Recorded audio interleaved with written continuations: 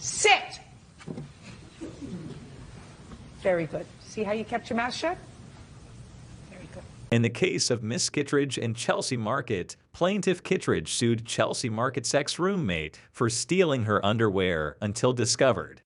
The defendant denied that she did not do it, and she said she returned the property to the plaintiff.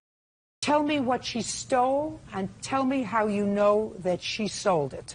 I have ads that were posted on Craigslist that my friend emailed me that were pictures of me that she had taken of me that I let her take, but I didn't know she was going to post. What does that have to do with this case? Well, it's pictures of the stuff that she took and sold. How do I know that? Because she was the only person that had the pictures and access to my expensive undergarments. I have it. Miss Kittredge, that's not proof she took them.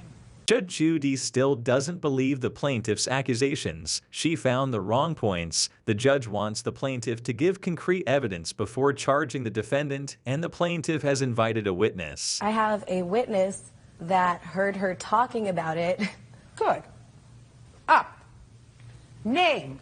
Allison Royce. All right, Miss Royce, tell me about the conversation that you either had with the defendant or overheard her having with somebody else. Yeah. Look up, don't look there. I'm sorry. Tell me where it was, when it happened, and who was present. It was at a neighborhood bar in Brooklyn called Enid's on April 26th. She was there with a large group of people buying everybody drinks. She's usually broke, so her buying drinks was very odd, but she said it was from Brittany's underwear money, from selling Brittany's underwear on Craigslist. She actually has the Craigslist ad with her. With her name on it? No, it doesn't. Unfortunately. It just No, has, if it doesn't have her name on it, then I don't have to It just see has Brittany's picture in it. I don't care about Brittany's It's picture. embarrassing. I'm sorry. It's really embarrassing. I told you, you keep wanting to show me the picture. I don't want to see it.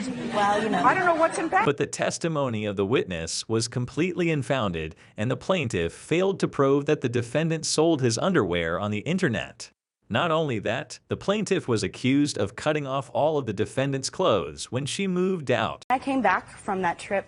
All of my belongings that were at Brittany's house, all of my worldly possessions were packed in boxes. I took my boxes to my witness's house, where I'm living now, Caroline's house, and when I unpacked them, my most prized possessions were destroyed. And do you have photographs of that? I have photo evidence of all of that. I'd like to see it, please.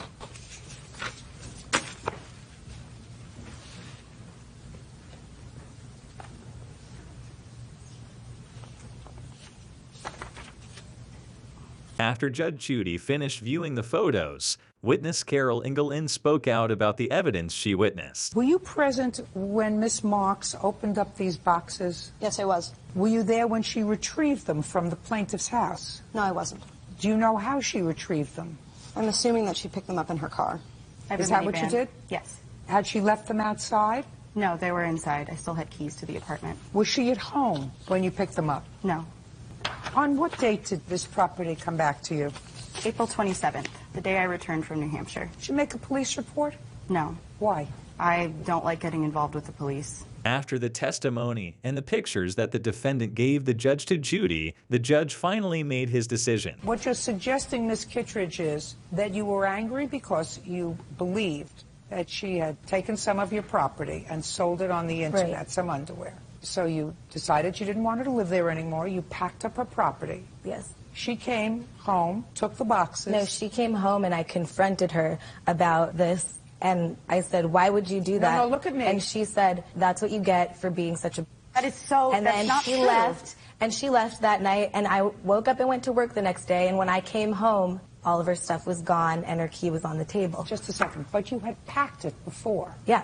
So is what you're suggesting that Miss Marks took her perfectly put together wardrobe and got it to her How friend's do you know house? when she did that? Pay attention. I'm paying attention. That she took her perfectly together wardrobe, leather coat, good bag, dresses, and she cut up her clothes herself, but didn't call the listen to me. I'm listening. I'm listening. But didn't call the police, didn't report acts of vandalism, right? Right. Didn't do any of those things. No. Right. And some elf did this? I think that she did it. I don't know. I have no idea. How do you know? What would be her reason? Don't you, just try to put on your thinking cap. What advantage would she have? I filed the lawsuit before she did, so she was upset, so she decided to countersue me, perhaps. No. I did not cut up her clothing. I would not cut up her clothing. I was nice enough to pack it all for you. I would not sell your underwear on the internet. I packed it neatly into boxes for you, so you didn't have to do it. Plaintiff's case is dismissed because she doesn't understand that this is. If you want to go talk to each other across the street, go talk to each other across the street. I apologize. But don't talk to each other here. This is not your playpen, it's mine. Right. You have no proof that she sold your underwear on What the internet. proof does she have that I cut her clothes up? You packed the box. Sit! Very good. See how you kept your mouth shut? Very good. On the counterclaim, I'm awarding the defendant $2,000 for replacement of her clothing.